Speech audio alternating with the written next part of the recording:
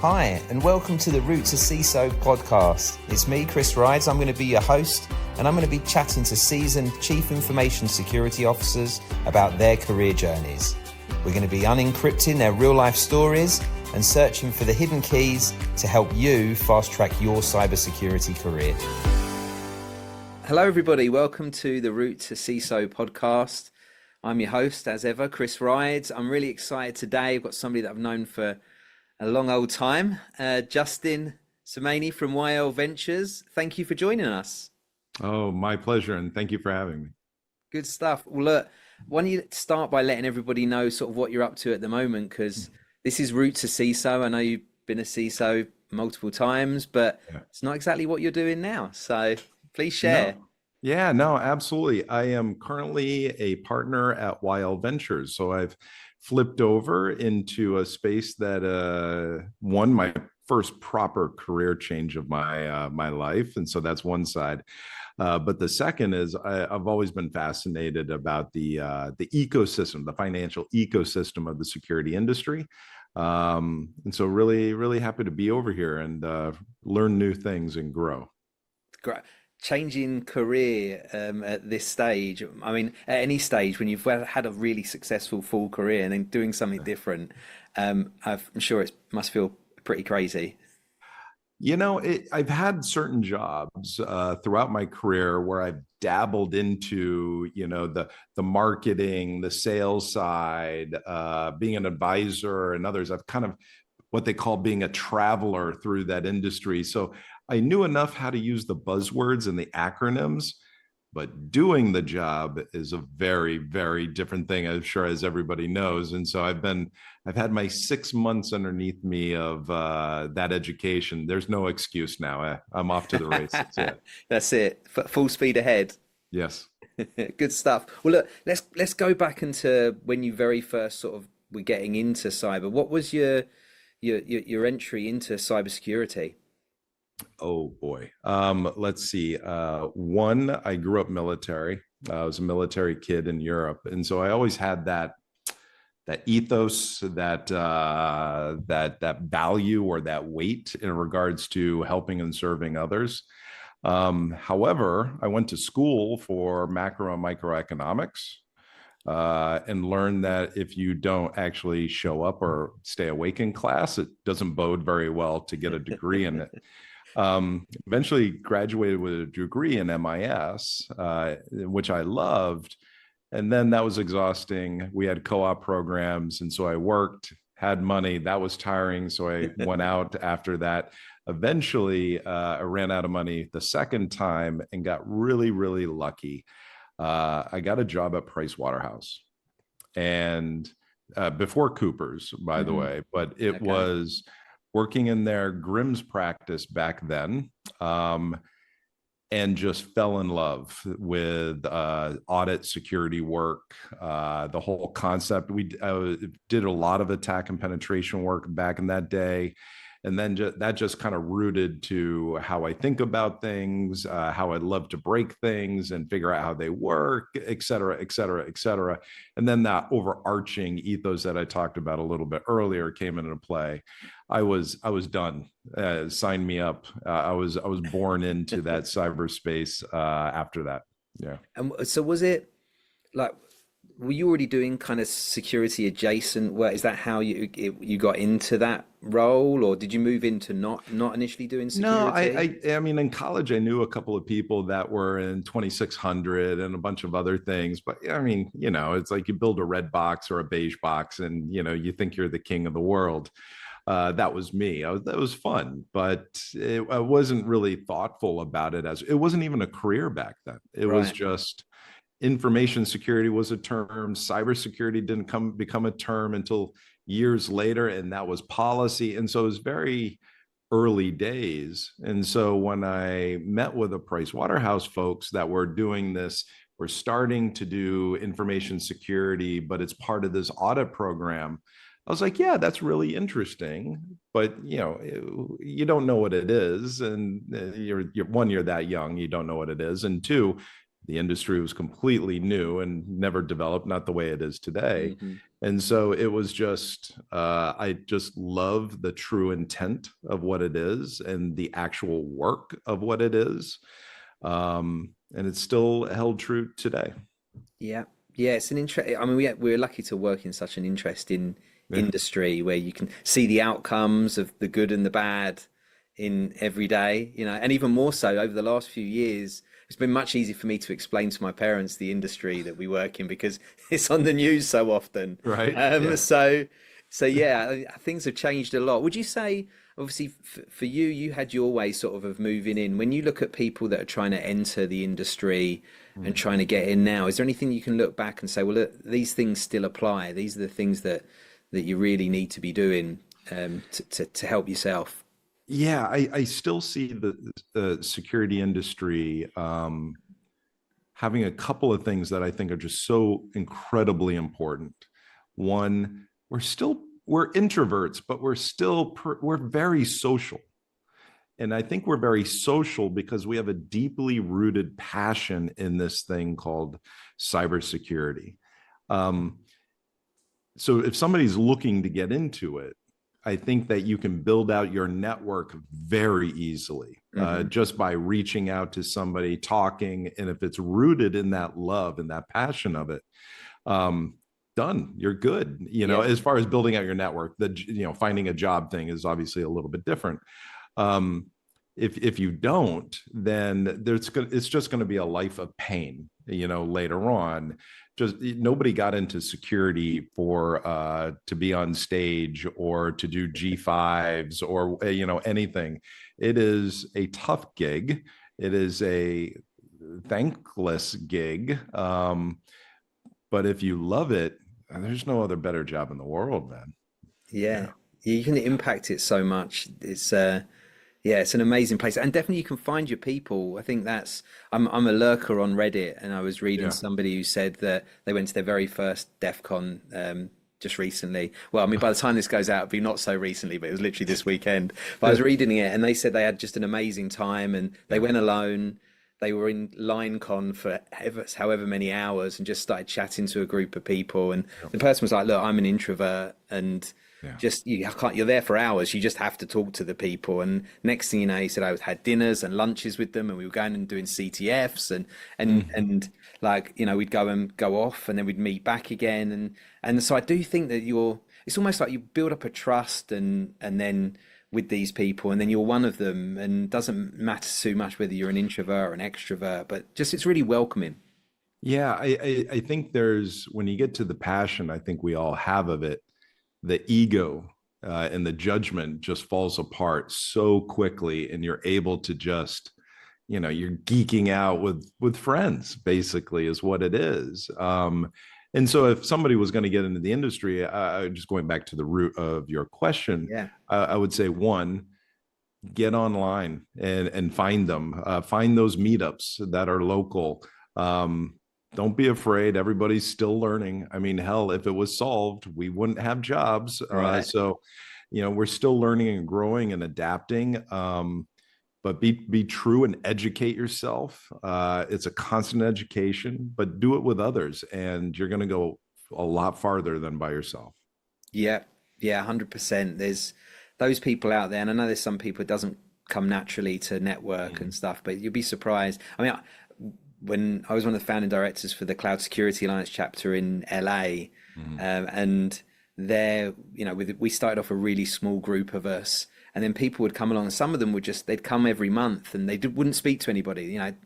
You'd see them there, and they would sort of sit in the corner, and they'd come again, and then sort of, a few months in, like all of a sudden they would you'd see them, the people, they'd be saying hi to people because they recognize them. And so sometimes it takes a bit of time, but just go along to the things and put yourself there. You don't have to speak to people if you don't want to, right? But that sort of thing will happen eventually, and you will find them. So yeah, I totally agree. So many different groups as well. And like a lot of them are available, and it's not something you have to pay for, and you've got dinner there or lunch, and they usually have sponsors and stuff. So yeah, a lot you can do. And I'm a big proponent that if you can't find one where you are, then just start one, because I guarantee even if there's five people in the town that you're at, there's probably five people that are interested in security, you know. Absolutely. I mean, I love playing Diablo, and Right. well, Diablo 4 is out, but there's not many Diablo 2 players out in the world. And so you got to find your community somehow and put yourself out there. And we all have gray beards playing Diablo 2. It's awesome. Same thing. Yeah. That's good stuff. And now, moving on throughout your career, so then you're at Price Waterhouse Hmm. and you're doing sort of the IT audit, GRC kind of area of it. Hmm. Um, what was your first, like, as you move across, what did it you move then across into? When was your first like leadership position, I guess? Yeah, actually, I love consulting. I love doing the penetration test work. And at that point in my life, this is the career and the job that I'm going to have the rest of my life. However, I did not want to be one of those. I've never done the job. I've only consulted on the job. In a stroke of luck, one of the senior managers at that time, directors at that time, got the job running all of security for Schwab. I did an engagement with him, and he asked me to come over and lead the security operations team, which I did. And my whole mental process was, I'll do this for 3 years, get my training, if you will, of being in-house, and then I'm off back to consulting land. That's what brought me out to San Francisco as well, Right. from the East Coast. And what I found very quickly was, wow, the problems are so different than what I thought the problems were. It's culture change. Why aren't these people making it a prioritization? It's not a technical per se. There's some technical issues, don't get me wrong, but it's the bigger problem is, how do you develop and mature this thing of security to become a priority and become impactful within this overall overarching organization that has somewhat different objectives? And so it's really the culture and human problem that became more evident to me. Yeah, which I guess makes sense, right? Because if you're consulting, you kind of come in and you don't really have to manage that Mm-mm. part of it. And then when you're actually like at a company doing it, all of a sudden there's this element that you never saw before, you know, because of the angle that you came in at. So yeah, that's interesting. How did you have to sort of adapt coming from consulting? How did you have to sort of adapt to that, and what did you do to do it? Well, we started with a lobotomy, and then we worked our way from there. No, I think the first year was a lot of, understanding how the internal mechanics of a company works, the things that everybody has to figure out. And I was no different, where, the nuances between the engineering, the networking team, the infrastructure team, et cetera, finance, sales. And then for me to get a budget, get a project, how do I get a POC for my tools and my problems after I get that budget, and kind of work through that process. And then I end up at the end of the day, hey, I purchased this thing that we think is great. Now you other team implement it. And they go, it's not part of my annual project, so you're gonna have to wait until next year. I mean, just learning these mechanics of how to get things done efficiently in a company was really, the learning and education. I had a great time. I love Schwab. It was fantastic. I still have a deep affinity for them, in a lot of ways, but it was a lot of learnings. There's no doubt about that. And it must differ so much as well. You know, you've worked with various size companies, and you know, here Mhm. you are starting with companies you're invested in that are probably closer to sort of the startups. It must be so different than a big financial firm. You must see all of those differences. Yeah, I mean, people, I mean, I've been in large companies and small companies and by startups. And now, like you said, I'm here with, they're not even companies. We're doing seed investments in the three guys that came up with an idea. And are you ready to invest? And then working with them to hire their first two employees, so it's very, very early days. Um, and from my standpoint, I've been asked the question of, oh, what do you like more? Large companies, it's really different. They are different. There's a lot of similarities, don't get me wrong, but there's a lot of difference. You got a large company, you got more bureaucracy, and you got more rigidity in what you can do, but you have a lot more resources and access and ability to influence things that have a material impact on all of our lives, depending on what org you're in. Smaller companies, you can have a higher impact on implementation. Some of the best 0 to 60s that I've done have been in smaller organizations because you're just able to move fast. And if you do break things, everybody else is still in that mindset and they're like, got it. Yep. How do we help you fix those things? And so it just really depends. But having that breadth of industries and size has been probably one of the things that I really appreciate about my career. Maybe I've hopped around a little bit too much at some points, but it's been fun. It's been a lot of fun. Well, I think the fact that you've moved about a bit gives you a very broad, very broad view, and probably helps me because I wonder. I've always wondered whether is it because we speak to people that are CISOs, some people that are trying to become a CISO, and some of them are at small companies. Is there an easier path? Is it easier to go from a small company to a bigger company? Is it easier to step down from a big company to a small company, but maybe with a bigger job? Have you seen any patterns in that sort of thing? No patterns, but I think there's some, things that you can take away from. I mean, the first one is it's all about the opportunity, and they're going to come in big and short and small and, all over the place. It's really about, do you have your eyes open for those opportunities? The first thing is, how long is it going to take for my boss to retire? Okay, that's like an obvious question. Maybe those opportunities for upward mobility lies somewhere else. Yeah. I have that honest conversation with them. And in my experience, going back to my earlier statements, I think the security industry is very pragmatic and very honest and full of really good people that want to see their people succeed. And so that generally is an honest conversation of like, yeah, I'm not planning on going. I could be fired, but hey, I'm not planning on going anywhere. So let me help you find a great position because I think you're ready for that next level. There is a common belief that, hey, I'm going to take the large company logo that I have at my as a tailwind to be able to get that first CISO role in maybe a smaller company. Fair enough. I myself went from Schwab and I got we didn't have a CISO title, but ran all of security for VeriSign back in those days. Yeah. And maybe there was something to that. I don't know. It wasn't part of the conversation, but it kind of makes sense.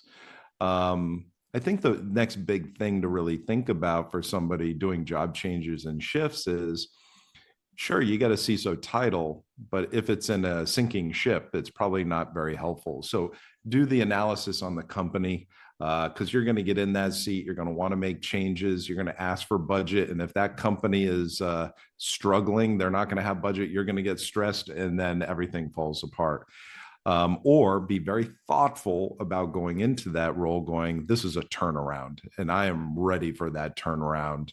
And that's exciting to me, but just be eyes wide open. Yeah. I mean, especially over the last sort of couple of years, we've seen an awful lot of, CISOs being put in positions where they've had to do things or they've made decisions to do things and they're now sitting on the hot seat, for those decisions. Yeah, I think the hot seat that's probably the real tricky part of the job. And I would probably step back and say it could very well be tricky for other head roles, CFOs, whatever, perhaps, where there's always a rational reason, but does anybody care why something went south? And sometimes, and I think it's a known entity for like CEOs, you didn't make sales, you have sales leadership, but we're going to rotate the CEO regardless. Same thing with the security industry. If there's a major breach, the question is it a program problem or a CISO problem? And those are fair questions to ask. But I think that when you're talking to a bunch of people that have no idea what cyber is, to be able to put those two questions in a context, they might err on the rotating the leader a little bit much without deep understanding. So it is a risk. It is a thought process. But yeah, it's just part of the job. Yeah, and as somebody, and I think this is quite common. It's funny how a lot of people, when you speak to them, they feel like, oh, this is an unusual situation. But actually, like most things, when you end up having these conversations, you find out it's pretty common. There's an awful lot of companies that have people doing the CISO role, but won't give them the title. It sounds like VeriSign maybe was a little bit like that. You know, how do you manage that? You know, what do you Yeah. do? And does the title really make that big a difference? Yeah. Yeah, VeriSign, I think, was going back in time. I think it was so early in the title and everything else. And the size of the company. And honestly, that wasn't the reason why I took the job. I'm a Yeah. very big role and responsibilities kind of guy. So you can call me whatever, I can report to whatever, but I'm very specific on what's my role and responsibility. Because I mean, my behavior is not going to change. It's like I report to the CTO. I'm Yeah. still going to talk to the CEO and all his directs.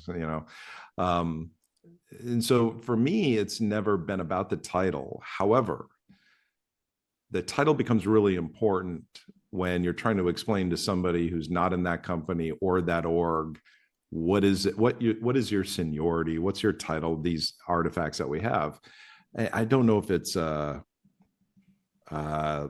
Facebook or others, but VP director between a financial and then some of these tech Right. companies, night and day. Yes, yes, yes. Yeah. That's just an example of sometimes it works and sometimes it doesn't. Yeah. Yeah, it's funny because when I came across from the UK, a director's a very high level position, and Yep. you often you could be speaking to the board at that level, and then I came and I lived in New York and I worked the IT banking sector, and everybody was a director. I was like, the That's right. first meeting I had was with this director, and I was like, oh my goodness, can't believe I'm meeting a director, and they were like, oh yeah, there's like director, and then Yeah. there's like VP, and then there's SVP, and then there's there's so many levels. Yeah, absolutely. It is one of those things. Sorry about that. To kind of wrap your arms around. So that role and responsibility kind of transcends everything. Hey, you are accountable for all cyber and physical security. Got it. Okay, that's then everything else falls into place. Yeah, that's it. And I guess once you got people bought in and they understand what you're doing, then that kind of makes things a little simpler to get anything done, right? As long as they can Yeah. understand your goals and you understand their goals. So when was your first official CISO position or CISO title? Yeah, actually, I think we're going actually in order here because VeriSign after Schwab, um, I went to Symantec Yeah. as their CISO. And that was the official first title. And yeah, it's a bigger company. It's in the security industry, and so there were, like anything, yet another round of lessons to learn, and a bunch of things to kind of work through. For those that are out there that are trying to make that jump up to CISO and Ooh. maybe they're ahead somewhere else or something like that, is there anything that you think they can do? Is there anything that you think maybe helped you like to Yeah. be seen in that level for that position? For that particular, there's two answers to that. Yeah. For that specific job switch, it actually came to me through auditors who are in both companies, and they said, "Hey, would you be open to applying for this?" Of course, I said yes. I mean, it's a major kind of win, but nowadays for people trying to get it, I think it's a lot more competitive. It's a lot more specific. So understanding how the recruiting industry works. Most of the CISO roles are going to hire an executive recruiter that is going to go out, pull back a whole list, et cetera, to kind of then submit those potentials to the client. And the client says, here's the five. Great, let's set up meetings. And so you've got is my brand significant enough that a recruiter is going to see me? So LinkedIn, articles published, those types of things, public speaking help out a lot just for the recruiters to see you. The second one is proactively reach out to the recruiters. Put your name and resume in their Rolodex. You've got, like Hitch Partners all the way up with the Heidrick and Struggles of the Hmm. world. there's probably a handful, I'm saying maybe 5 to 10 executive recruiters. So it's a nice small density to kind of go off in a weekend and kind of communicate out to them. But you need to be very thoughtful about what you want and what is your story, because they're trying to figure out, is this person a good fit for this culture, this company, and the technical needs? Yeah. So having that thoughtful process or thought within your own head of, what are your skill sets? What are your strengths and weaknesses, rather? Where do you want to be, not location otherwise? And then, of course, the big compensation question. But if you think about that, engage with recruiters, that is probably a higher return on finding those jobs and those opportunities. The hardest part is not finding a CISO job. The hardest part is finding your first CISO job. Yeah. Probably one of the strangest yet very honest answer from a recruiter was, nobody wants somebody who could do the job. They want somebody who has done the job. And so that first gig is just so difficult to get. But after that, it does get easier. Yeah, it's a tough gig. It's I think, like, keeping your options open. I mean, you talked you about your first one there. You got that through an IT audit that was happening in both places. I speak to a lot of CISOs, and obviously, in the same way, like, we connected because we were working on a retained search for a CISO all those years ago, right? That was, I think, our first connection. And I think, like, with all of these, I would say, like, absolutely, you don't need to be in contact with just one, right? You need to be in contact with multiple, because we all have our own searches. If we've got a search, nobody else has it. So if you're not in contact with me, then you're not going to hear about it. Same for the guys at Hitch. Michael, I know very well. I've done a lot of roundtables with him, and all of the others. So definitely, like, have that broad range, but also think of that outside the box stuff, because so those I bet even at your end, right, for what you do, people, the CISOs, you probably hear about CISOs potentially moving on before they do, right? Auditors, vendors, all of these people are connected, and they get the shout, and often before it even come to one of us, the board will be looking, or the outgoing CISO will make some recommendations. So it's absolutely correct. Using the openness and transparency thoughtfully and your network thoughtfully can be a really significant value add to finding that role that you're looking for. I mean, like right now, I'm not in the CISO role, but I will get people reaching out, recruiters reaching out saying, "Hey, Justin, I got a role here. Would you recommend anybody?" Yeah. And maybe not 9 times out of 10, but a fair amount, I'm like, oh, I got to get back to you. Okay. I got to go research. And, because you're trying to marry up, you're doing that company. What are the real needs? Is it AppSec or technical, or is it more political, not political, but more strategic, strategic, whatever buzzword we want to use to kind of put in that grade. But I mean, and making those recommendations, but I wouldn't know unless somebody said, "Hey, Justin, I'm looking for a gig," and that happens all the time. People reach out and say, "Hey, just want to put a bug in your ear if you hear anything." Perfect. Makes sense. I mean, it's good. Like, I'm all for discretion. I understand sometimes you need to do that, and actually often that's when we'll get a tap on the shoulder to help with something. They need it very discreet, under the radar or whatever. But I think generally, if you can have conversations, you've got people you trust, you should be letting them know that you're open to hearing about things. And I would say, in my experience, there's a good bunch of people out there that are looking, and there's a good bunch that are in positions but still sort of open-minded to sort of at least have a conversation. You never know what's there. You can always say no. That's what I always say.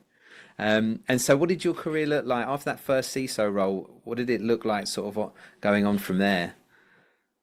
Oh, brother. Let's see. After Semantic, I went all over the place.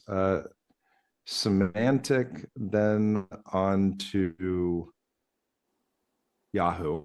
And that, in my head, going back a little bit, that was, hey, I know what I'm getting into.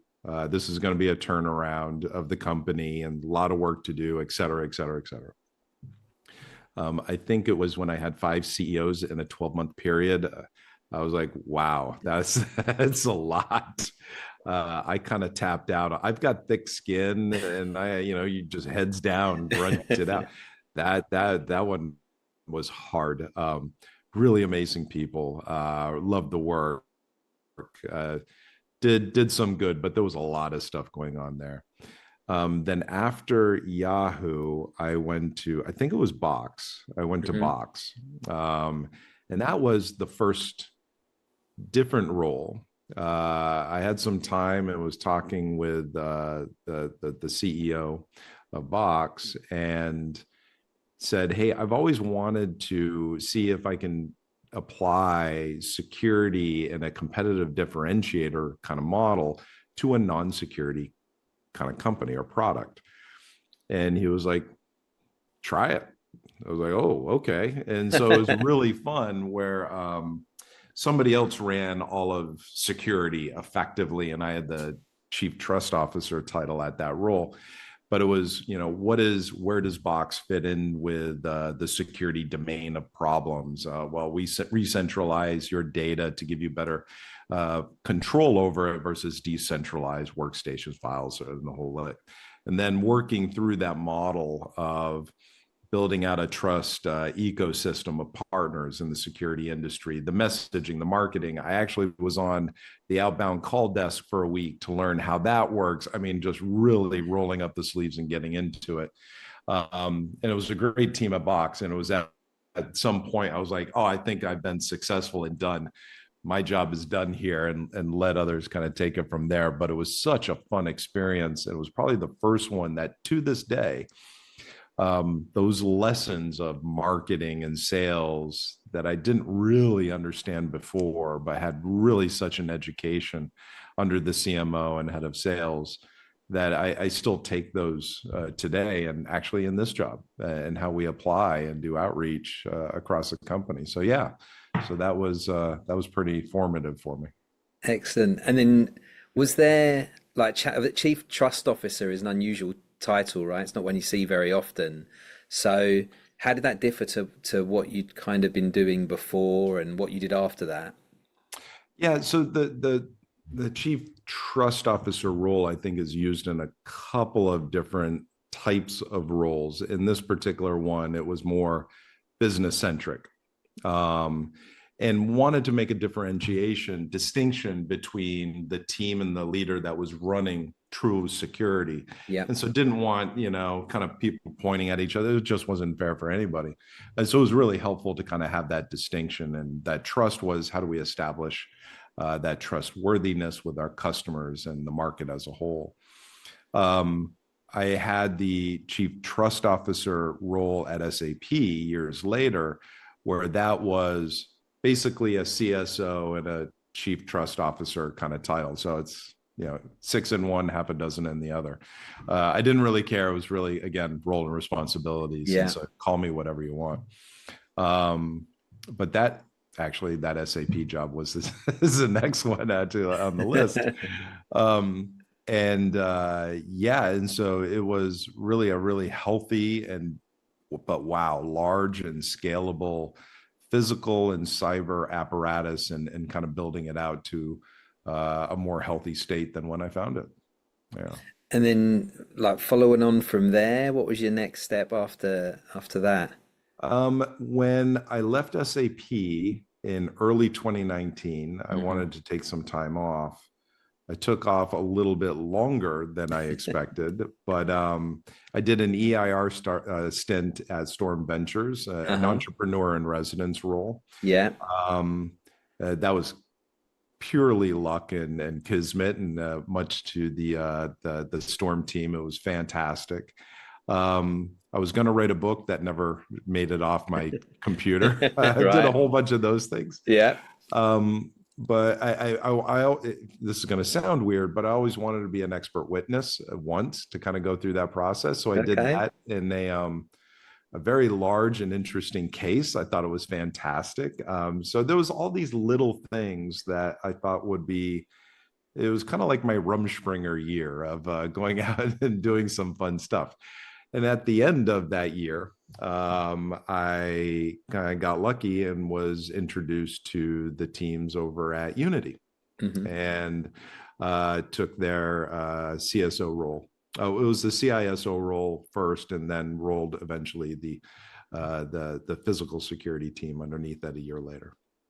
And how did that compare to your other sort of CISO, CSO sort of Well, experiences? the CISO is generally cybersecurity. CSO includes physical security. Right. And so SAP is probably the greatest, probably the best example of how the other CSO kind of converged role. However, at VeriSign, I own physical security policy and standards, for example. But really properly, truly being accountable for the physical security side, SAP, and then Unity after that. The difference, they're two different domains, but I actually think that there's a lot of benefit both can get. Usually when I look at a physical security team, it's a different domain, but there's a lot of technology that can add value to what they're doing. So for example, the cyber side has a lot of signals on where people are at all times. The physical security side does not have that visibility. They might have your travel, they might have the building badge, but they don't know that Justin, his Slack is pinging off of an island in Hawaii. And by the way, there's a hurricane in Hawaii, or I don't know if hurricanes, there's a fire in Hawaii. We might want to. They get hurricanes out there, I'm sure. Yeah. No one ever accused me of being a meteorologist, that's obviously. But once you have that convergence of data, you're able to add a lot of value to the physical security side, and vice versa. By the way, when we look at Stuxnet and a whole bunch of the other attacks, they were generally hybrid type of attacks. And so how do you bring those separate domains to bear on some of the most egregious problems that we've had in the industry? I don't know what the perfect answer is for that, but it's that next evolution of how we progress, how we think through these challenges and how do we solve them. Yeah, there's definitely, there's a big convergence between the physical and physical security in the cybersecurity world. We see that a lot now, and so it does kind of make sense to do that. Either you have to have a great relationship between the two and be working hand in hand, or it helps, I think, when you've got a CSO that manages all of it. In most companies, does that involve a lot more travel as well? Well, if you're the CSO and physical security is underneath them, usually the leaders of the physical security side or the facility side are going to do a lot of travel to do their annual or 6-month reviews. But we're always traveling a lot anyway. I would usually do 200 to 300,000 miles a year, and that was for the past 25 years or so. And so what's a couple more trips? My kids don't know my name to begin with, so yeah, that's great. You got your lifetime status or whatever it is at all these that's right? Exactly right. So I think that while they are separate domains, there's a lot of value. I think that the ability to nurture those two domains properly for their own case, and then find those synergies. What I do find is when physical security is underneath facilities, they're very rigid in how they see generally that physical security topic. And so it really limits the ability to advance it with, these, benefits that we have on the cyber side. It doesn't have to be the case. It's really a people issue at that point. But having that convergence has been really nice. Yeah. Now, so was Unity the role before this one at YL?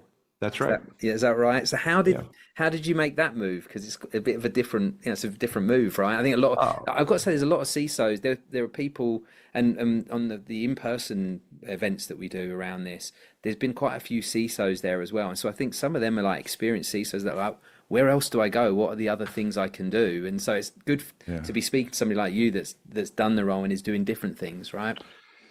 Yeah, I mean, it's there's no one thing that led me here, Hmm. and that's the problem. And it depends on how you look at it. But if I go all the way back to VeriSign, Nir Zook walked into my office when Palo Alto was still in stealth and doing a pitch, and I thought it was interesting. And that was the very first time where I became an advisor to a company, to anything, by the way.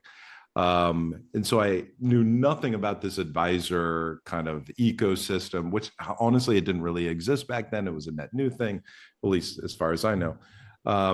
And so that opened up my eyes. And then being in the Bay Area, you got to know the VCs, and then the due diligence process, and then getting to know their portfolio companies. And so that whole next 15 years or whatever time frame it is, that was a lot of my, hey, this is just really, really fun.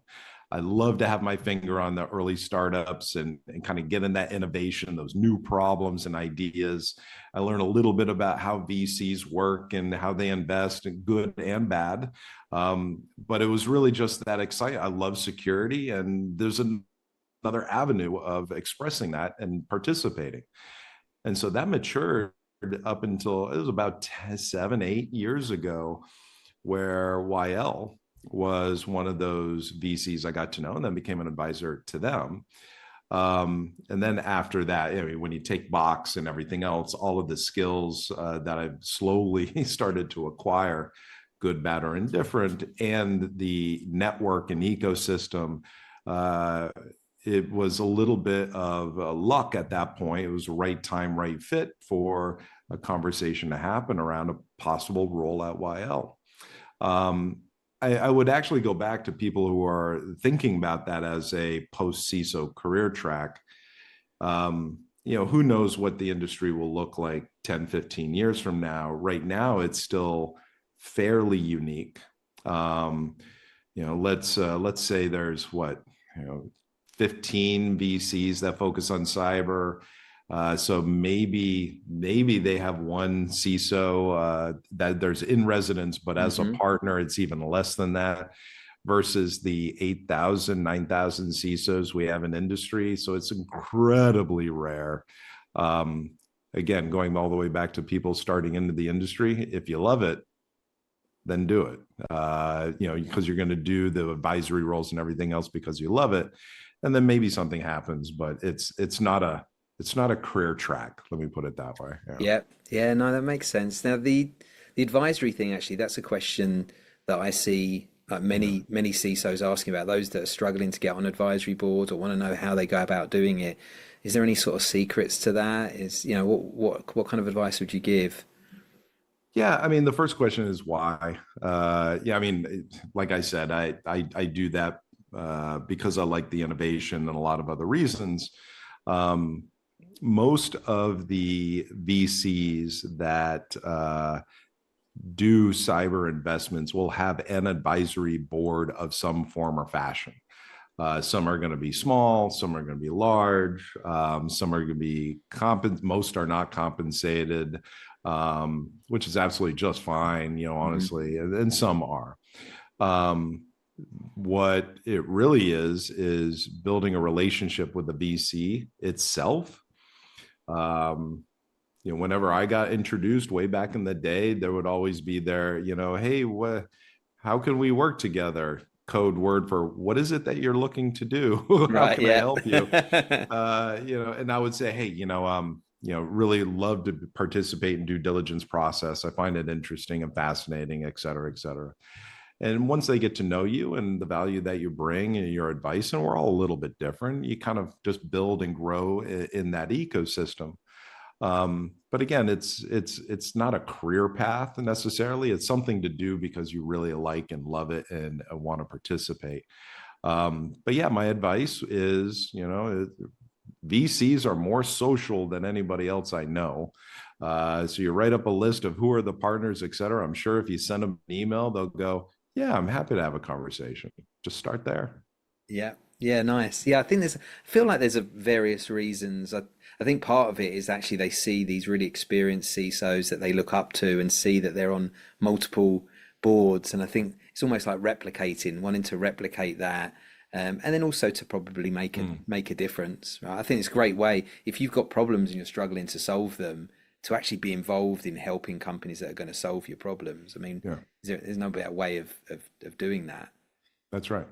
And it's a little bit difficult for the CISO role to add value. There's some strong, easy ways of, hey, help me on the product side in regards to the feature functionality, integrations, et cetera. Does this product actually solve a problem?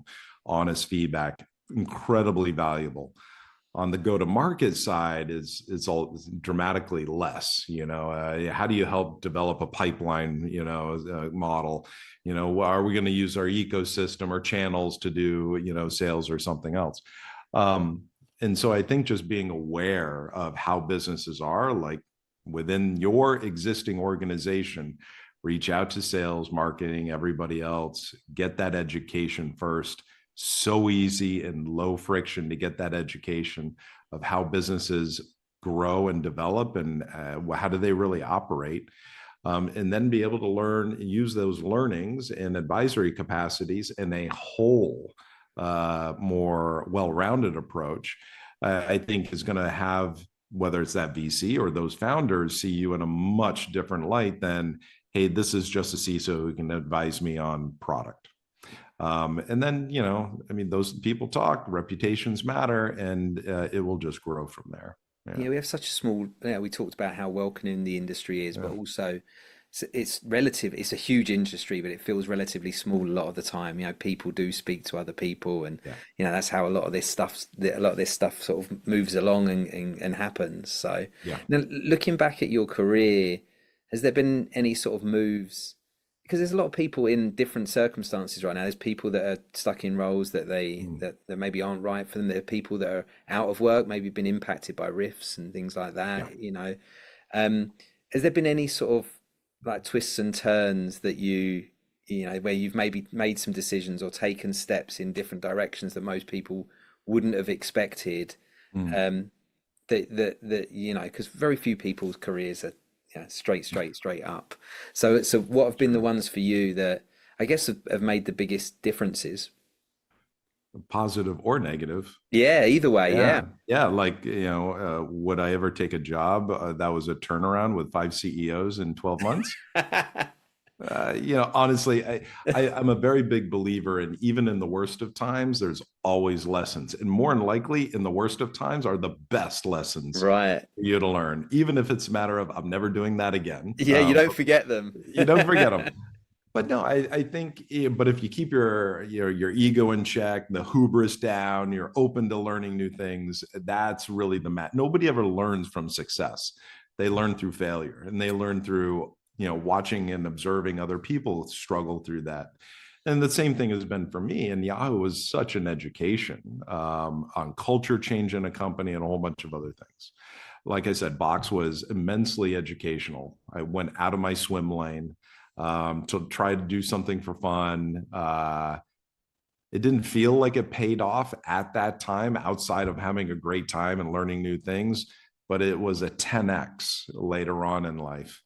My ability to have conversations with CFOs after that job was night and day, because I could speak to the funnel, the conversion rates, and how to be able to, the basic mechanics of how businesses operate that they have all day, every day. But having that conversation coming from a security guy, not that common. And so it's those opportunities were incredibly beneficial. Of course, I would say every job was a turning point. But having said that, the first CISO one, even VeriSign I learned operationally what true operations really looks. Even to this day, I haven't seen it before.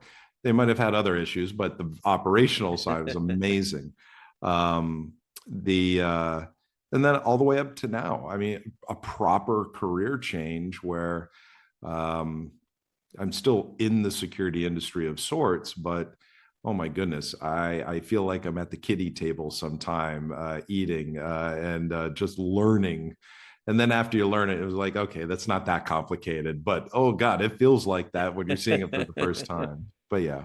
Well, talking of that, what's kind of been the scariest? You must have some interesting stories. What's the kind of scariest thing that you've had to go for, or the most nervous? The thing that's made you most nervous? Career wise. Yeah, yeah. Or even sort of things you've Yeah. seen. Yeah, yeah, work I, related stuff. well, I don't know, maybe people relate to this. The scariest thing ever, the first instantiation of this is when I left Verisign and I started at Symantec. And my boss said, fantastic. We got our annual conference, thousands of people. You need to present an hour presentation. I think it was like in 30 days in Vegas to like, a couple hundred CIOs. And I'm like, oh, fantastic. That's going to be so good at doing this. Now, most of us in security are introverts, myself included, and I haven't properly been trained on how to do public speaking. But I got to tell you, I was a train wreck for a month. I live in San Francisco. I would drive down to Mountain View every weekend, Saturday, Sunday, for a half a day and practice it. I did that verbatim. And when I got up there, I thought I was having a heart attack. It was so stressful. Went over and got over that hump. It was ended up being great. It was perfectly fine, but it was the beginning of a learning on how to give public presentation talks and how to compensate for stress that we all have, but how does that show up for me, and what do I need to do, which is why I don't use slides, which is why all of these things. It's just I need to get into that mode of conversation that is effective. But that was probably one of the biggest stressors that I've ever had. Non-cyber related, completely. Yeah. Right. But that's the sort of thing people like do end up having to go through, those sort of things, being thrown in front of people. How good's the feeling afterwards though when you'd finished, when you came off stage? I'll even do you one better. Yeah. When I'm up on stage and you're giving a good talk, because I can see everybody. Everybody's on their phones or whatever. When I see them go, what? And put Yeah. it down. And that you're connecting, because I try to use a lot of stories, personal Mhm. stories, to kind of underscore whatever point that I'm trying to make. And you see that go down and that connection, it's amazing. It's amazing. Yeah. Yeah, I absolutely love it. I got to say, from mine, like any of the talks and stuff that I've done, I remember Yeah. my first like Cloud Security Alliance meeting when the person that was president was like, "Oh, wasn't there," and like, "Chris, you're gonna like just step out." And it's like 15 people, and like half of them are people I've seen every month for the last year, and I was Doesn't like matter. that. A train, and I've talked to That's, bigger audiences than that and stuff like that, yep. like prior roles. So yeah, it's funny you get these moments of, can I do it? Like, you know. My brain turns off and when I get up there, so I have to have it wrote. And I remember Semantic Europe, their European one, it was the main stage. It must have been 1,000, 2,000 people. I mean, just huge polls that they had. I don't remember a thing about getting up. It was literally come up, say your name. Hi, my name is, get off stage. I was just blank. It was just Did you get it out correctly though? Because that's always when it's like I'm like, they'll always tell you when you did it wrong. So, right. Yeah, that's so true. no, it ended up being okay, I guess. Yeah.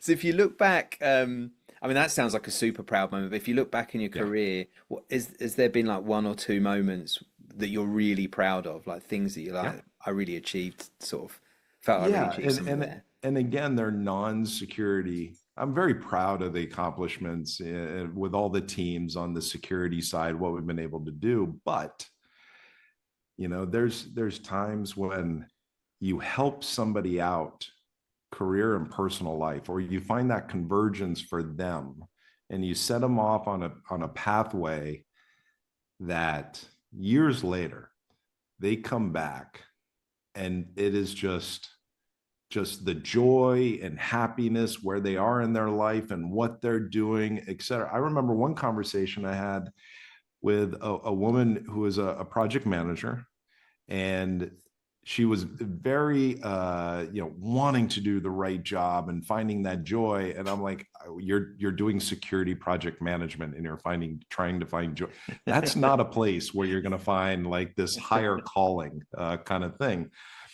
But we talked about this, and eventually she had a very personal attachment to a nonprofit, and she eventually founded it, massively successful.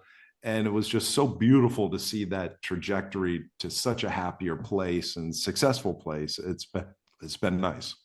Yeah, it's lovely when you see people succeed and you feel like maybe you just had a tiny part, right? Just that Yeah. little, there was just something, maybe a spark there, or you discussed it at some point and then, it happened. No, it's all due to them because it's Yeah. their hard work that gets them there. But knowing that there was something, a little thing that happened that you think maybe made that difference makes you, Yep. I think everything, like every conversation you have, like, when you talk to people, I feel like any one of those could be the next, or that next special moment, right? A legacy that you kind of left that they can say, oh, do you know what it is? I spoke to this person, we talked about this, and that was what got me to just make the jump. Yeah, I mean, listen, we're humans, and I think we care about each other more than we care about our jobs generally. And if we still maintain that attachment in the day-to-day work, um, you will find opportunities to connect and promote and support that are more rewarding than anything else that you can do. I mean, like with all of us with kids, you watch them grow up, that's much more impactful than anything else. And Yeah. why? It's like, oh, those are your kids, right? You want to support them, at work, not to, you kind of see them as a family member to a Yeah. certain degree. I mean, they're not, granted, but you have empathy, you care about people, and good people, you really care, and you want them to succeed in their work and personal life. And but just being a little bit overt and a little bit thoughtful about that, you can have a huge impact. And those are the things that you're going to take away at the end of the day.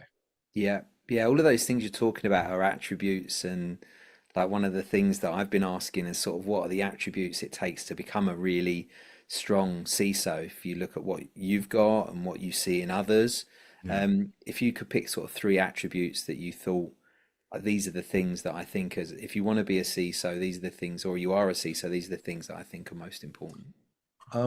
Curiosity is the first one. Hmm. And inside of your domain, security, but you got to be curious in these other domains. We talked about sales, marketing, all of these. How do you build a business? You have to be curious about it, or else you're gonna, kill yourself trying to learn macro and microeconomics or some silliness like that, right? As So you yeah, know. be curious. Yeah, be curious about it. I think the second one is, you know, again, just the ability to be yourself and genuine. Um, and sometimes that's not easy to do. Sometimes the outcome is not what you want. But if you are able to stay um, humble, able to stay human, insert whatever word, to just kind of remove the ego out of it, and just you're doing the security thing because you love it. The byproduct is a career and everything else that progresses, not the other way around. Your priorities will help you. My mother always told me is like, always do what you love and the money will follow. If you're going to be a basket weaver and that's what you love, you're going to be the Yeah. best basket weaver ever. And then people will want your baskets, blah, blah, blah. And I don't know if she thought about that on the fly, but the point still stands, right? Yeah. Do what you love, and then hopefully other things will definitely follow suit. And then probably lastly is give back. In a manager role, you're giving back to your people, be empathetic, but also give back to others, within an organization, outside of that organization. The most successful people I've seen are the ones that do that to a fault. Hey, I'm looking for a job. If you could hear of anything, absolutely, and really mean it and do it. Those are the things that really resonate and people latch on to for a very long time, and want to do right by you in return. And so, yeah. Yeah, there's like an element. I'm a kind of believer in karma, and I feel like even when it doesn't necessarily come back and you'd hope it would do, there's almost like an ability just to know I did the right thing, I did the Yeah. right thing, and I can sleep at night knowing I did the right thing, and you know, whether it works out good or bad, longer term. But I think overall, people see that and they think of you and those opportunities, and people come back and will help you. And I've had plenty of people do that. So Absolutely. I mean, nobody is going to be sitting here 10 years from now going, Justin was the CISO at Yahoo. Nobody's going to care, right? But you affect somebody's life, or you just be human for them, or give them a little bit of grace. Now that's a different story. yeah, absolutely. Well, I've only got a couple more questions for you. Yep. The first one's just like if you could go back to early career Justin and impose some of the wise experience you have now on yourself, what would be what would you tell yourself? What would you whisper in your ear, and what difference would it make to you, do you think? Mm. I got into security because I really loved it. I'm not so bright, and so it takes me a lot of things to make me learn a lesson. But I think in hindsight, I took earlier on in my career, I might have taken it way too seriously. And what I mean by that is the over formality and rigidity of a process or something. Whereas I would have been better suited to apply a little bit more relationship building into that process. Um, so you take your job too seriously can also have a detrimental effect on it. And you haven't been around the block enough time, so you didn't know, what that really meant. Um, I think to a great degree, it took me a while to learn that my breakthroughs in whether security theory or applied security came from non-security learnings.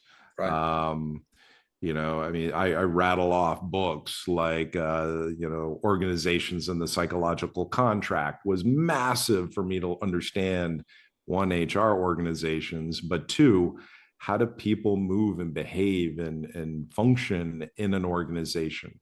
What is organizational model, functional, geographic, customer, whatever. We weren't taught these things. Actually, and I got to be honest, I wish I went out and sought a mentor just for management early on. We don't teach what management really is. Yeah. Then we put people in these positions as a career trajectory, and they flame out because it is completely different than what we think it is. But it is, I think, the number one reason why people leave their jobs is because of their direct manager. Yeah. Obviously in a negative context, right? And so if I could go back, I would tell myself to breathe, get yourself a coach, forget about the Management 101 book, find somebody who's really excellent at it and just soak it all in. And I can guarantee you the first thing that they're going to say is, have some friggin' empathy. Yes. Yeah. Yeah. Yeah. If you can't put yourself in somebody else's shoes and all you're thinking about is what you're trying to get out of it, you're not going to have your staff for very long. Your retention isn't going to be great. That's right. And that's a whole lot more stress when you've got to go and hire a whole bunch more people. So yeah, I'm a big believer in that. I think, and that's kind of something that comes with time as well, right? That's probably why it's one of those things you'd go back and tell yourself, because when you're first in it, you're like, if you do end up a leader, you're a leader probably because you're very good at that particular thing, whether it's sales or whether it's technology, and people respect you and look up to you because you're excellent at doing that. But that doesn't make you a great manager. That's exactly right. And I have had to, in my later on my career, I've had to unwind a lot of first year managers. And I probably did those things maybe even worse than in my younger career. Yeah, I'm sure we've all been there. All right, well, look, this is going by so fast. I've got one final question Yeah. for you. You've been in hiring positions for a long time, and there are a lot of people out there that are trying to be seen. Of course, multiple, for some of these adverts, you're seeing 300-400 people apply, you know, and they're struggling to stand out, and some of them are looking because they're being dragged back to the office, which is quite common right now. There's a big return to the office, but at least they're in roles. Some, as we talked about before, maybe been riffed, and some of them are just trying to get into the industry. How do people like that, how do you make yourself stand out to CISOs that are maybe in charge of hiring, and to the people that report into the CISOs? You know, it's not a resume thing. Sure, you have to have a good resume, LinkedIn page, et cetera, et cetera. Of course, you have to have experience, whatever domain it is. But I got to be honest, the ones that really impact me are the ones that they'll just send me an email and say, "Hey, Justin, I applied for this job. I'd love to kind of have a conversation around it." Because on the other end, I've got, you know, the applicant, some sort of submittal process, a recruiter, and then me. I don't see all 300. I might see a sub because they're filtering them out. And let's be honest, while we have educated practitioners throughout all of our companies, they're not security experts. We have more acronyms than the military, and I'm going to expect a recruiter to understand deeply. Okay, you know, and so when somebody preaching to the converted with that, right? I wouldn't have a business. Yeah, exactly, right. And so having that person reach out to me means two things. Well, maybe one, they really are interested in this gig. Now, after the conversation with me, maybe that's a different story and they run away, but they're really interested. And there's a bunch of things I can do. I can teach somebody security. I can't teach them how to be a good human being, how to have a moral compass that's straight, how to keep their mouth shut, which we're in security. We need to keep our mouth shut. All of those attributes, I cannot teach. Somebody who is eager and wants it, I can't teach them how to be hungry either. You are or you're not. So somebody doing that moves the needle a bit for me to at least want to sit down and have a conversation and figure it out. At the very least, hey, this is not a right fit for you, but let me see how I can help you out, you know, in other roles. Yeah, it's always the challenge, trying to get that face-to-face time, and I think the networking and the things that we spoke about, like going to conferences, so much easier to get somebody's time when you're there face-to-face, right? And you can grab them maybe. Wow, yeah. I'm a Black Hat trying to get face-to-face time. That's a little bit. That was our pre-discussion before about how tough that is. Yeah, that's true. Yeah, I think some of the smaller conferences, and certainly the small chapter meetings and stuff like that, you know, they're good opportunities to get to know people, or even get to know people that can introduce you to the people you need to speak to. That's right. That's right. Yeah. Well, I really loved this. It's been a great conversation.